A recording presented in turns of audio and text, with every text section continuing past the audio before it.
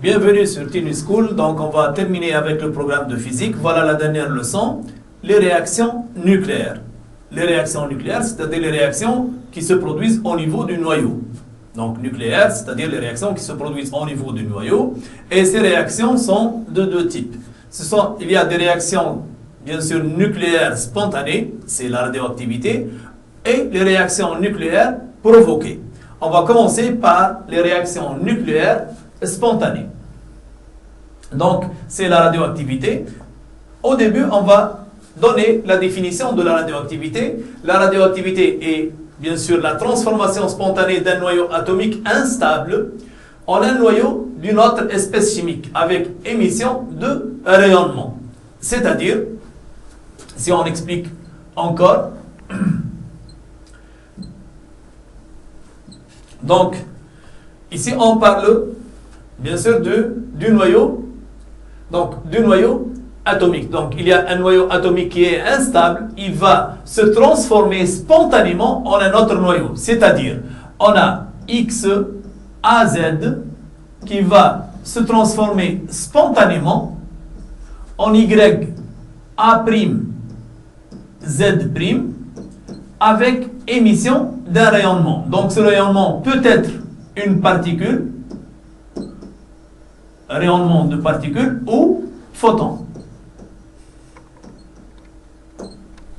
Donc, voilà donc la radioactivité. Donc, on va commencer par les différents types de rayonnement. Donc, les différents types de rayonnement radioactif. Mise en évidence expérimentale. Bien sûr, cette expérience est réalisée par Becquerel en 1896. Donc, ici, on a une substance radioactive. Donc, on a une substance radioactive. Donc, cette substance va émettre des rayonnements. L'un des rayonnements, donc, il est attiré par la borne positive. Ici, on applique une différence de potentiel. Ici, bien sûr, une plaque chargée positivement, une autre plaque est chargée négativement. On remarque que l'un des rayonnements est attiré par la plaque positive. Donc, ce rayonnement qui est attiré par la plaque positive, il est constitué par des électrons, des négatons. On les appelle électrons ou négatons, et sont notés bêtamment. Donc, dans ce cas, ce rayonnement, il est constitué par des négatons, des électrons, bien sûr, qui sont notés bêtamment. Le rayonnement rouge, il n'est attiré par, si vous voulez, aucune plaque. Ça veut dire que le rayonnement en rouge, ce rayonnement, bien sûr, ne porte aucune charge. Il n'est pas chargé.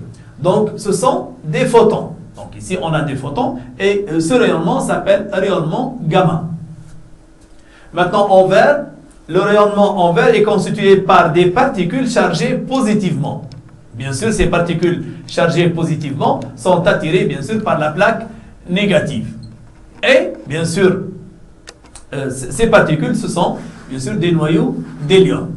Donc, on va essayer maintenant, si vous voulez, de donner la caractéristique de chaque rayonnement. Donc, le rayonnement qui est attiré par la plaque positive, c'est un rayonnement β-. Donc, le β-, c'est quoi? Le β-, c'est un électron, noté E0-1, ou négaton. Maintenant, le rayonnement alpha, il est constitué par des particules alpha. Ces particules alpha, c'est un noyau d'hélium. Donc, et vous savez bien que le noyau est chargé positivement, car il renferme seulement des protons et des neutrons. Maintenant, le rayonnement gamma, c'est un photon. Le photon, comme vous le savez, il n'a pas de masse, il n'a pas de charge, mais il a une énergie. On le note de même, gamma 0, 0. Donc, on va passer pour étudier chaque rayonnement à part.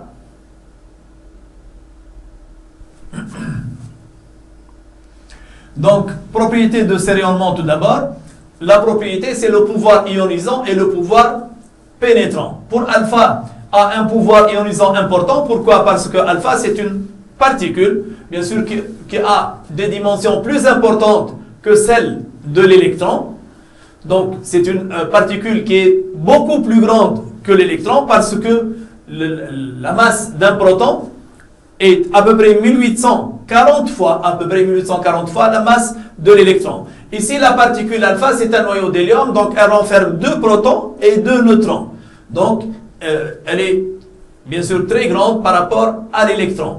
Donc, elle a un pouvoir ionisant important. Bien sûr, lorsqu'un rayonnement alpha, bien sûr, traverse un gaz, donc on aura ionisation.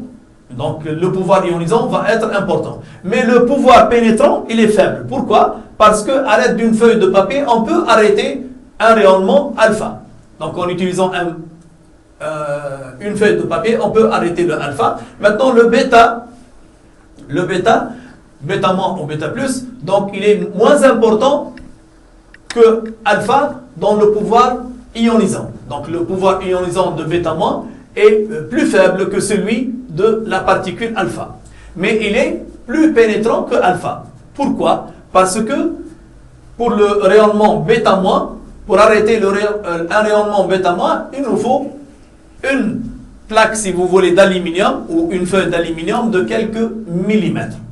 Tandis que le pouvoir ionisant de gamma, du photon gamma qui n'a pas de masse, bien sûr ce n'est pas une particule, gamma, qui n'a pas de masse, ce pouvoir ionisant, il est très très faible. Car il n'y aura pas de choc entre, bien sûr, le gamma et, par exemple, les molécules ou les atomes constituant un gaz. Mais il a un pouvoir pénétrant très important. C'est-à-dire, pour arrêter un rayonnement gamma puissant, il nous faut, bien sûr, un mur en béton armé de à peu près 3 mètres d'épaisseur, plus un mur de plantes de 25 cm. Donc, il a un pouvoir pénétrant très important. Donc, on va voir maintenant ensemble une animation qui met en évidence les types de radioactivité.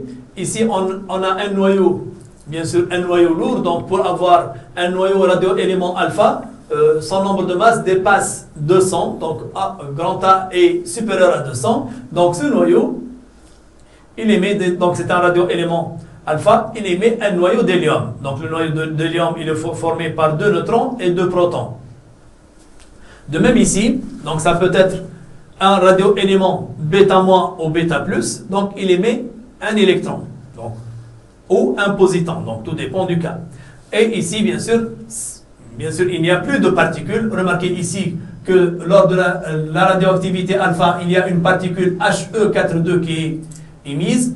Lors de la radioactivité bêta- ou bêta+, donc il y a une particule, pour bêta-, c'est un électron, pour bêta+, c'est un positon, donc qui est émis. Alors que pour le rayonnement gamma, donc il y a émission de rayonnement gamma sans émission de particules. Vous remarquez qu'il y a un rayonnement, une onde qui va se propager. Bien sûr, cette onde transporte avec elle une énergie importante. Donc, bien sûr, essayez de bien voir que la radioactivité alpha, c'est l'émission d'un noyau d'hélium. La radioactivité bêta-, c'est l'émission, bien sûr, transformation d'un noyau en un autre noyau avec émission d'un électron. Bien sûr, pour le bêta-. Donc, pour le bêta+, donc un noyau qui va se transformer en un autre noyau avec émission d'un positon E01, bêta+. Et le gamma, c'est une, bien sûr, c'est une radiation, c'est un rayonnement qui accompagne toutes les radioactivités et même les réactions nucléaires spontanées. Donc le gamma, c'est un rayonnement, c'est une onde qui va se propager. Voilà donc alpha, bêta et gamma. Bon travail et bonne continuation.